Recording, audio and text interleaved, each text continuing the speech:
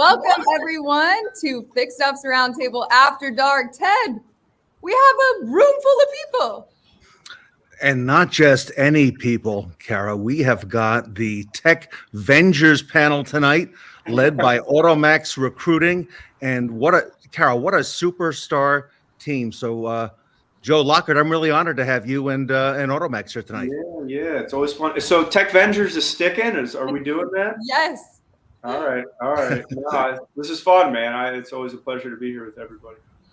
And look at the faces, Joe, that we've got. Yeah, we've got Tully Williams, we've got Marcos Wannenberg, Sean Kingery, Mike Weldon, and Robert Stage. All giants, Kara, in our business. And by the way, we are live tonight, right?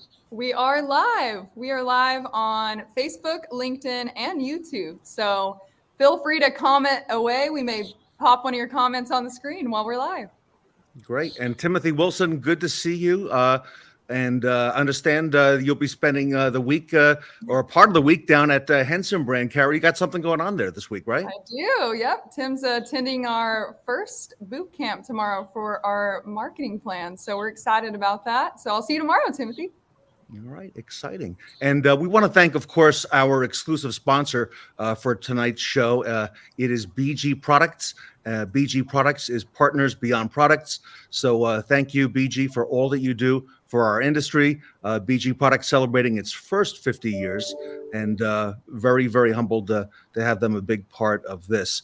And Kara, I see that you and Joe and I, of course, are dressed up tonight. What's the occasion? Oh, we're just getting in the spirit of the Roaring 20s. And I don't know, I feel like, Marco, you really let me down. Where is your outfit? I'm staying true to my Tech Ventures, but I may surprise you. Just wait and see. Okay. I'm ready. Okay.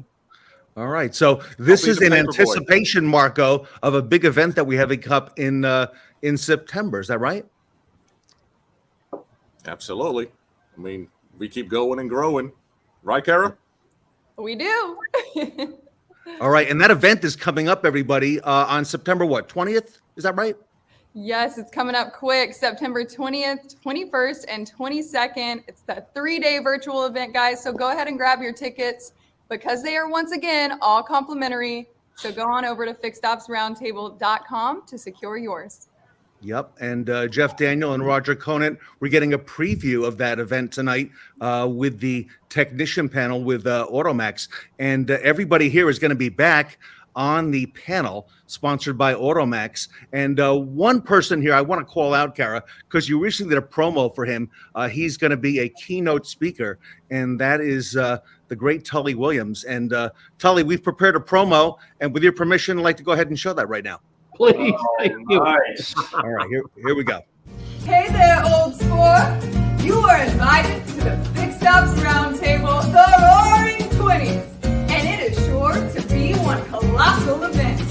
And one of the finest men in automotive will be speaking, Mr. Tully Williams. Don't miss out on this 3-day grand event that will be hosted virtually by the great Ted Eames on September 20th, 21st, and 22nd.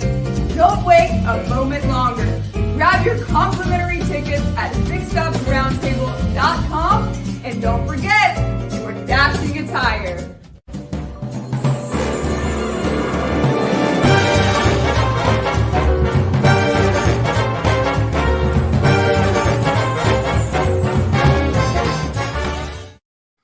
All right, so that's a little taste of what we have in store for everybody. So, Tully, congratulations again, and thank you so much for being our morning keynote on day one. Thank you so much, Ted. Appreciate it. Is so looking forward to what's going on, and wow, how elegant can Kara be? I know, right? So, I saw that she had. Is that a feather boa? It is. Yep. Okay. Oh, wow. Tully, I'll ship you one before the event. Don't worry. I'm ready. All right. Hey, Sean, I think we have more staying power with this theme than any ones that we've had in the past. I'm gonna go for a close second on the Star Wars because, again, for those that don't know, I'm a huge Star Wars buff. I've admitted my inner demon in my Star Wars thing, but it is a good thing, and I've already promised to Ted that I'm going to be on a few of the panels that I'll have the bow tie and the suspenders out for those panels. I promise. All right, let's hold them to it, Kara. I like it. All right, so Joe, why don't you kind of bring us up to date with what's happening in the industry with technicians and recruiting and hiring, because you've Sure. really been setting the stage here, these past good number of events. Yeah, and we do the panels, and I feel like we do a lot of problem solving, or it's just real world applications, some of the challenges that we're all facing in our various roles, and ways to overcome that. I thought it would be nice to kind of pump a little positivity out there tonight, and do a little bit of a state of the union, both at a micro level and a macro level. And we get asked a lot just from our clients, because we are in a good number of markets nationwide, so we see a little bit of what's going on at the franchise stores, independent shops, of, hey, what are you hearing? What are you seeing? And I was sharing before the show, past 6 months or so, the movement within the tech recruiting world has been phenomenal. Far surpasses anything that we had seen over the past couple of years. And of course, the past couple of years have been very unique. But, Marco and I were talking about before the store, we had a Ferrari shop foreman start with Marco today, I believe, very experienced franchise certified technician. Had a couple Subaru techs start for step one, and Sean, Maserati tech. We got a couple Chrysler techs relocating. So these are not normal things that we would usually be able to come on here and talk about. And it's not so much a humble brag. It's more of just, hey, there's some real good movement going on right now. So I want to kind of share that. And again, that's exciting to know that, I think a lot of dealerships are stepping up and realizing the value, the importance of this role, taking it a little more seriously, and facilitating these hires to help this happen and help make sure that, these extremely talented, extremely intelligent individuals are compensated fairly and treated the way they should be. So that's kind of just some good news that we're seeing on our end. I, of course, wanted to hear what you guys have going on. And then, Tully, we had spoke about kind of the other side of that is, everybody's going to be coming guns blazing for your technicians. So what can you do to keep them happy? And something we always talk about is retention, which goes hand in hand with recruiting. So, that's just a little tidbit from what we're seeing at AutoMax and some of the good news that I have. And I certainly want to hear what all you guys are seeing at your store level as well. We can. I'll start. Let's start. Marco, let's start with you. Let's talk about Marco, and I've called you out. So what do you got going on in beautiful Naples, Florida? Oh, we are just completely swamped. We can't get enough people. Thanks to you, we got a good one starting. I think you have a few more in the pipeline for us, and we definitely need it. But as I mentioned to you before the show started, I think this is a sign that the success that you're having on the recruiting side and the placement side, not just recruiting, but placing, and pretty much play matchmaker, because you can't just put any tag in any store. You do the job well, but feeling out the employer and the employee and matching them up. I think that all the times that we've been talking about and what I've been talking about on LinkedIn and to pretty much anyone who wants to listen, we're seeing a shift in the industry. We're seeing a shift to where technicians went from whatever, to, oh my God, the whole dealership exists because of those guys and everything that they do and accomplish on a daily basis without fail. So I think that it's a good indicator, your success with what the industry is shifting to and what the future holds. Yeah, it was funny you mentioned that. I don't think it's hyperbole. Sean, you're head of recruiting, Lincoln McDonald. When we were talking about the Maserati tech, I believe it was him that said, it may have been him or the service manager of the store said, no, you literally saved the store. Without that technician, we can't have that store. We don't have a service department without that technician. So in a lot of cases, yeah, they are the service department. It's what makes the service department. Correct. And I tell you guys, you talk about that one Maserati Alfa Romeo tech or the Subaru tech, or the two that we've landed and the Chrysler ones in the pipeline. Guys, nationwide, we have a Maserati Alfa Romeo dealership in Pensacola. There's only 19 master certified Maserati Alfa Romeo techs nationwide. 19. Yeah. And Joe, I'm going to give a good plug. Joe's company found one. It took us 3 months to close this guy. You guys want to talk? I know we've talked about the past, some of the things we've done on some of the leads that Joe's given us. Guys, this guy's employment contract's probably 8 pages long. And I'm not making, I mean, there's steps upon steps upon steps, but without him, we can't work on cars. It's just that simple. And unfortunately, and we can go into where we're at, and I'll get on my soapbox, but unfortunately, guys, that's just the way it is. There's one school, it's in California. You can't train him, you can't get him there. I mean, without it, and our group has definitely done and I say a bipolar shift in the last, I'll say 4 months, where guys, variable isn't where it's at right now. There are no cars. And I'm very proud to admit, and we talked about it a little bit before we started going live. I went and visited my grandchildren this weekend, guys, and I was at a dealership right outside of Charlotte on the South Carolina side that had 9 total new and used vehicles in their entire lot. 9. I took pictures of it. I sent it to my group and said, we complain how bad it is. Yeah, right. But fixed is where it's at now, guys. There are no new cars, and forget the legal things that are coming where the manufacturer wants to get into sales, and that's going to be a variable disaster for that side of the house. But the focus has to be on fixed. It has to be on, I know Tully's going to take the lead on retention. Once you get them, you got to keep them. Yep. It's that simple. And it is 100% bay utilization, everything else. And it's where our focus is completely.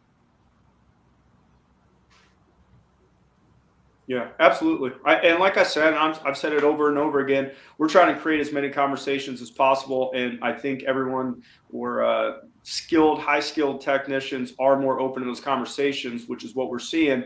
But at that point, you guys got to step in and you got to step up. And I'm seeing that across the board as well. So that's good, for everybody, including the technicians, which Tully will kind of lead into what we're talking about. The flip side of mobility within this realm of tech recruiting is you got to keep your own, or you're just kicking the can down the road. What's you mentioned before the show, frankly, not letting the guys leave unless they're visiting family or fishing. But what are you guys seeing, and how are you making sure that you're keeping the ones that you do have?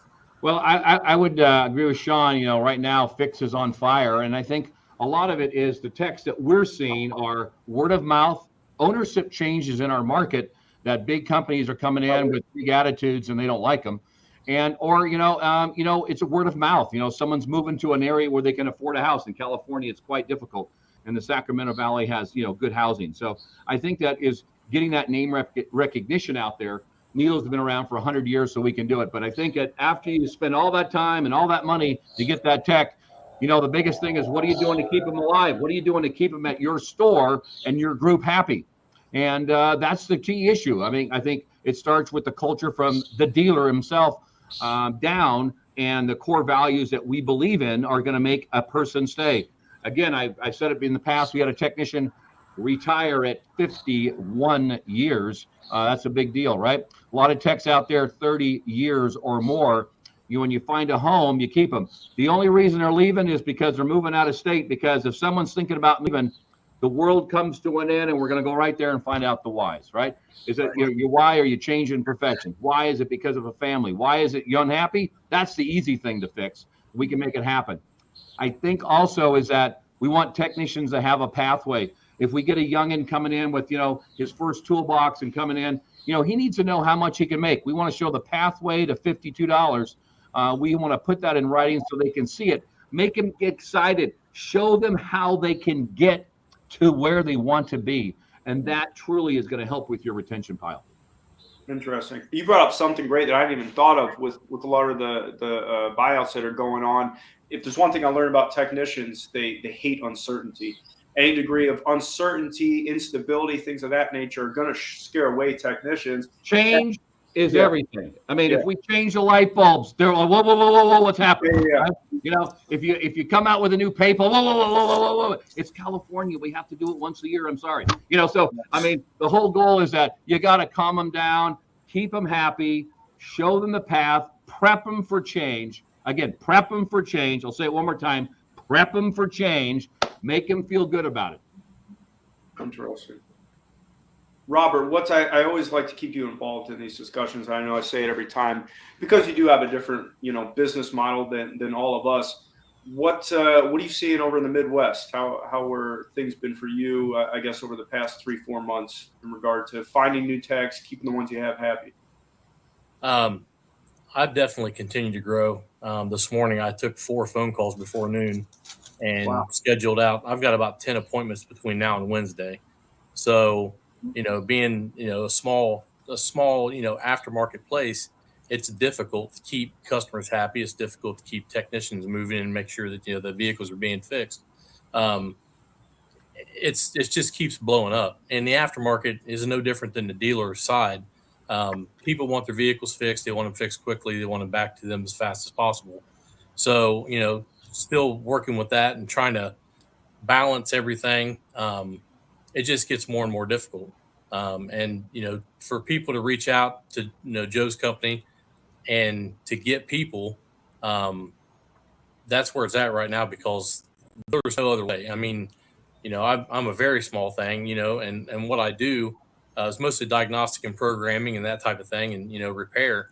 But taking on fleet, I've got still about 9 fleet accounts. One place has 258 trucks, so Wow. it's like continual. I'm always churning with them, always churning with other customers. Um, it's amazing. I mean, it's amazing how it is shifting. Also, what Marco was saying. Um, I seen a thing float by on LinkedIn the other day, and I couldn't believe it. I had to make a comment and had to put a post out. There was a place local to me that's trying to find a mobile technician that does basically maintenance. But even then, that's the face of your company. They're going to be in a company truck. They're going to be out there doing the job, and their base pay was $15 to $19 an hour. And nowhere in the job post did it stipulate, is it just salary? Is it flat rate? Is it a hybrid system? No information. And it's that way all the way across the board. If anyone's trying to find a job, they almost need to reach out to a place that's recruiting right now, because just to go out there on your own and not have any representation, it's kind of crazy. Yeah, I saw your post about that. I had to laugh. Yeah, I stayed away it's from that crazy. one. Yeah. There's 2 places just local to me that's just warehouse work, and they're $21 an hour to start. So, Sure. I mean, there's no way that anyone can be competitive at $15 to $19 an hour, even starting out. But like I said, you have to have the right person to do that when they're the customer facing person that's away from the dealership. That's a lot of maturity that needs to be there. And that's very far and few between nowadays. Yeah. Yeah, it's a lot more than just working on cars in your Sure. role. Very unique. Absolutely. Mike, what do you guys have going on out there? I know we've worked with you guys in the past before, and you're in a little bit tougher market in that it's, it is, I wouldn't even call it rural. Obviously it's gorgeous and it's a very desirable place to live, but I know times that we've worked with you guys before, there's a good chance to find anyone that's, OEM certified at that A level, whatever you want to call it. We're probably pulling someone from outside the market. What have you seen on your own efforts over the past 3 months? And, what are some things that you've done to kind of keep your guys happy as things are getting a little more fluid and people are kind of coming at you from all sides, trying to take the ones that you do have? Well, I think the biggest challenge, and I think Tully and Sean and just about everybody has alluded to it, it's that retention aspect of the business. And, now Sean, Tully, and I, we have a number of dealerships that we work with. And the biggest challenge that we have right now is re-educating our management staff and our other staff to really respect what the technicians are doing in the shop. We can get out and do it. And usually we're called in when things are on fire, and then we put the fires out. But we've got to get our members to also understand how important it is to retain these people. And it's very expensive to live in our area. Tully's north of me, northeast, and the housing market up there is a little bit more economical, nice homes, but here it's more expensive. So you've got to make sure you take care of your technicians. You got to market yourself right. You've got to take care of these people. You keep the good ones, the ones that are not and really don't want to be bought in, and they just want a job. That may not be who you're looking for. I'm looking for people that want a career and have a passion, and desire to service, vehicles. And the biggest thing, I think, if you want to put it all in a nutshell, and I think it's already been said, is respect. Technicians have not always been respected. Yeah. You know, if you look over the years, and I dare, because I came from that era, I dare use the terminology. We were called grease monkeys. And when I was in ROP and trying to recruit technicians and trying to get them to come in, parents say, no, I don't want my kids to grow up like that. And I said, well, time out. These are going to be some of the most important people in the industry as technology continues to advance. And you're not affording your child an opportunity to really expand their knowledge and really make a great income for themselves and their family. Yeah. And so I think we just really got to educate ourselves. I think that's the biggest thing. That's one of the challenges that I think that I have, is that everybody thinks that these guys are just throwaways, that they don't fit in. They're not. You gotta adjust. You gotta change. Yeah. Well, I think that speaks to two things. One, being taken seriously, and Sean, you touched on that, in the way that you treat your technician recruits or potential hires, and just being treated like you're an executive, and being shown the same interviewing process, vetting process, et cetera, that you would for someone in that type of position. And then second, we kind of talked on it with the change in the trust issue, is transparency. I'll be honest, I kind of stole something from you guys. A few guys have mentioned it here over the past year as we've done some of these panels, of getting your higher level technicians involved in the interviewing process. And I think it's genius. And I think it's helped us a lot. I think it's helped land us hires, frankly. You know, Robert, you talked about that post in 15 to 18. And honestly, you know, we try to stay away from talking about numbers during our pitch, if you will, when we're trying to attract a candidate, because, you know, $35 an hour isn't the same as $35 an hour in different shops. I mean, it really comes down to the amount of work, the type of work, et cetera. And for them to hear that from a peer means more than pretty much anything else that they're going to hear. They have to respect the management when they come in, and the service manager has to be on his game. But to be able to have one of your top producing techs in there with you, or as a second interview, et cetera, I mean, it's been night and day as far as when we can get someone to commit to that. Yeah, and from a tech point of view, Joe, to build on that, like I've said previous, one of the big red flag for me is interviewing with a store is if I'm not allowed to talk to my peers. That to me is I'm out, I'm done, no way. Yeah. So that's very important. I'm glad you brought that up. Yeah, well, you guys have been great with that. I mean, it hasn't been just the service director, it's shop foreman, and just keeping everybody involved and treating it with the serious nature and the importance that really it is, and to the bottom line of the dealership. Absolutely. Yes, sir. Sean, you hit on it a little bit, Mike, and I guess this is more for you telling Sean, with you guys overseeing the number of stores that you do, and really it's that, you know, starts at the top and trickle down effect. And certainly I've gotten to know you guys personally, professionally, otherwise, in your leadership style. Something we haven't really talked about a lot on here is finding good management, finding good leadership, because honestly, that's probably more important than finding technicians. I'll be perfectly frank. If you were, you know, everyone was finding exceptional leaders and exceptional service managers, and they were filling their role properly, a company like mine might not exist, because they'd be out there doing the things that we do. And it is a full-time job. And I'll say there are, you know, time constraints, and you got to run a shop, and tracking down technicians isn't always top priority for you. Sean, I guess I'll start with you. What are some ways that you've gone about finding new leadership and keeping new leadership? I think that's an interesting conversation too. Well, I think part of it does start, again, it goes back to the interview. I'm going to digress a little bit, going back to, you know, today, as I toured the Florida dealerships, I had every one of the stores, and I can tell you that I talked to every single technician today. And again, wow. I don't want to say anything wrong, because poor Ted'll ixnay me and cut my segment out. But guys, there are some technicians that need a hug. There are some technicians that need a push. There are some technicians, if you talk to them, they think they're in trouble. And other ones, if you don't say hello to them, then they're just as bad. So you got to know those, okay? And out of all the Florida dealerships, I can tell you I speak to every one. But back to your question, as far as when we interview a manager, if you're relying on us, and everybody knows I've talked about it in all the panels over the last year, that I'm on the board of the college, and we do a ton of recruiting through the college. But if you're expecting me or my assistant to do all the recruiting, you're the wrong manager. You have to recruit your own. They have to be your technicians. And to your point, and to Marco's point about getting through the shop, We just did a buy sell in the Birmingham area at a very large Chevy store, and the technicians were extremely hesitant. And during the final hours of the buy sell, I called the shop foreman in with the service director, and I said, listen, no hires happen without him approving them. End of story. It's his say. They're his technicians. They're not our technicians. They're working with him all day long.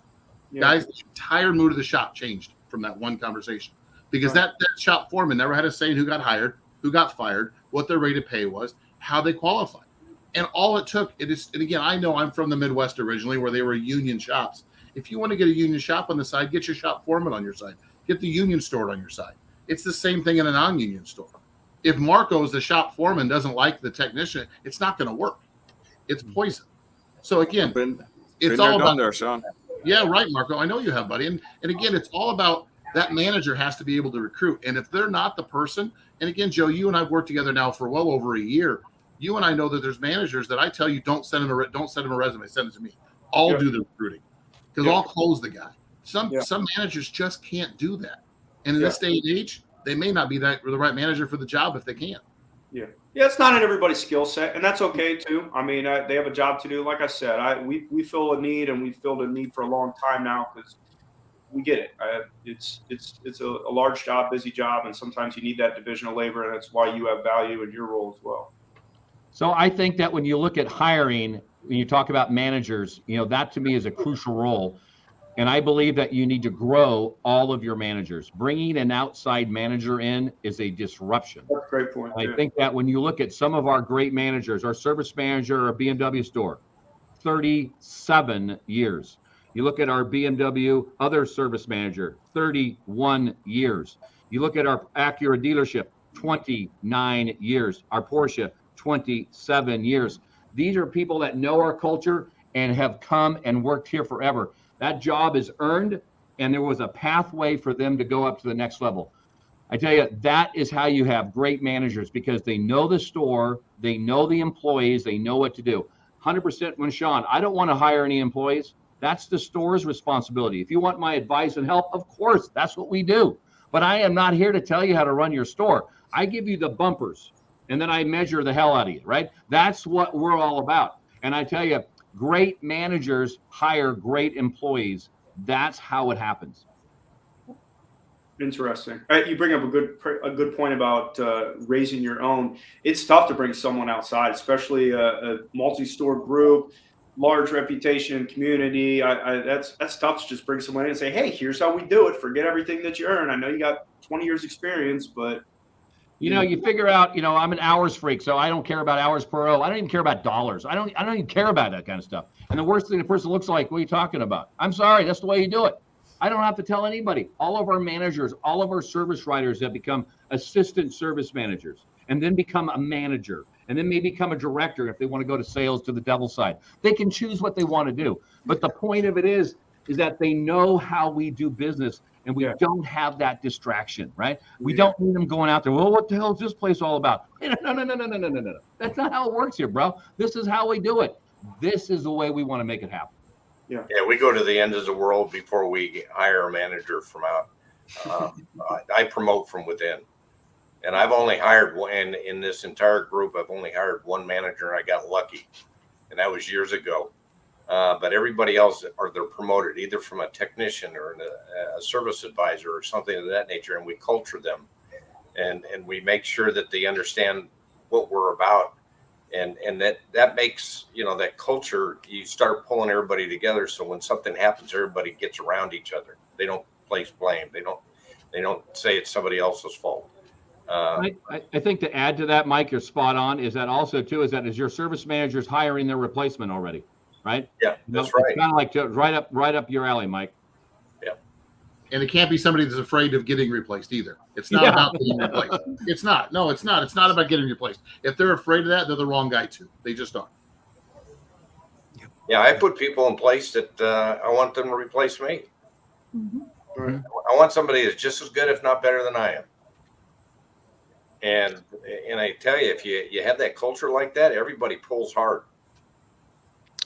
Joe, a lot of these folks on the panel are not just colleagues and friends, but they've become and have been clients of AutoMax Recruiting. I know we've never discussed it because you're two humbled to do that. But just tell us real quickly, what is your business model there with AutoMax? How do you engage a dealership? Just real quick, give us an overview of that, if you don't mind. Yeah, well, and look, I'll stick to fixed ops because that's our discussion here in tech recruiting is unique to everything else we do, frankly. I throw a lot of the norms and acceptable etiquette to recruiting for just about any other position out the window when we recruit for technicians. In that vein, we look at it as an ongoing process. So all of our tech recruiting campaigns are minimum 3-month blocks because a lot of times it takes 30 days just to build a pipeline up. I mean, we've been doing this for 25 years and we have a number of decently skilled, highly skilled technicians that we can reach out to immediately, but that's not to say that they're going to be available. They're going to be interested. So we never know when that perfect candidate's finally going to shake out. We're going to start from day one and hit the phones and hit the different databases that we access and start pitching it and presenting the opportunity. But, we know from our experience that if we contact 100 different candidates, maybe 10, 15 of those are going to get back to us with any interest. Maybe half of those are real. Maybe another half of those, we get them to the table. And then from there, it starts at the store level and what our clients are able to do and hopefully bring something together. But it's an ongoing process. So we do 3-month retainers and then we do a per hire fee. We keep it reasonable. We found out pretty early in this game that the traditional headhunter model of 15% of first year income doesn't really fly in our industry. So we don't use that. We use kind of a truncated, cheaper per hire model and we do a retainer model to cover some of our fees and try to keep it reasonable and keep it moving. Our job is to motivate to hire. We don't want to give reasons not to hire. You find your guy, you like them. The last thing we want you thinking about is, I don't know, this tech cost me 10 grand. I don't know if that's something I can afford right now because it's expensive enough. You're paying out sign-on bonuses and relocation expense. That goes into the cost of hiring it all. So we want that furthest thing from your mind when you're trying to pull the trigger on a hire, as far as technician recruiting goes. Wow. And Joe, you're going to bring this panel back in September at the big event. Is that right? Of course. Absolutely. We will be there. Looking forward to it. Ann will be there. We're missing Ann tonight, but it's hopefully we can keep this going for years and years. It's been a lot of fun for all of us, I think. I got to say, Tully, this has become this panel. This is the technician information panel on recruiting and hiring and Marco, all the topics, that we discuss from different perspectives, right? We have leaders, managers, we have leaders in the tech department, we have mobile, we got it all, Joe. Mm-hmm. Yeah, it's a good group. We complement each other well. Never shortage of things to discuss. That's for sure. That's right. And Steve Apicella, appreciate all you do for the industry as well. And there's so much we all have to learn. So love it. And so we're going to bring this panel back. And Kara, what we agreed, we're calling it what? The Tech Vengers? Is that it? Oh, they are the Tech Vengers, and we're sticking with it no matter the theme of these events. Kara's labeling it. That's it. We couldn't come up with anything better, so it's Tech Vengers. I like it. It is. All right, cool. And I hope everybody comes back dressed up for the September show. And Kara, when is the show again? It is September 20th, 21st, and 22nd. All virtual, guys. So go grab your complimentary tickets now at fixedopsroundtable.com. And everybody, if you haven't seen this entire episode tonight, and this, Joe, is probably one of the most popular segments that we do on the After Dark show, it's available on YouTube. Is that right, Kara? Yes, it is. We are now on YouTube that you can catch us live, or if you can't make it to catch one of our shows live, you can watch them all because they will be recorded and you can watch the playback there.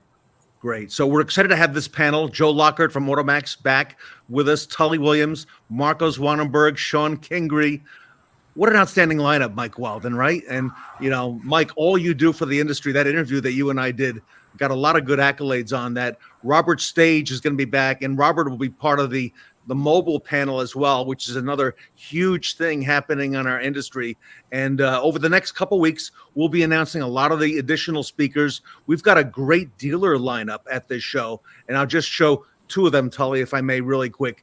We've got Mike Maroney, who's going to be speaking, doing a Q&A on a lot of the current topics that we just discussed, a couple of them here in the business. Also, Chris Saraceno is going to be here as well from the Kelly Automotive Group. So I'm looking forward to having both Mike and Chris with us. and a lot more to come. This is probably going to be, Joe, the biggest lineup we've ever had at a Fixed Ops Roundtable. Yeah, well, those are two big names right there. It's always an A list, my friend. It's everybody. It's who's who in the industry every quarter. Super. Well, thank you all. Thank you. Absolutely. Thank you. Thank you, everybody. It's always a pleasure having all of you guys on here, but I can't wait to see you again next time. So, behalf of Teddings and I and all of the Tech Vengers tonight, thanks for watching. We will catch you Wednesday at 8 p.m. Bye, everybody.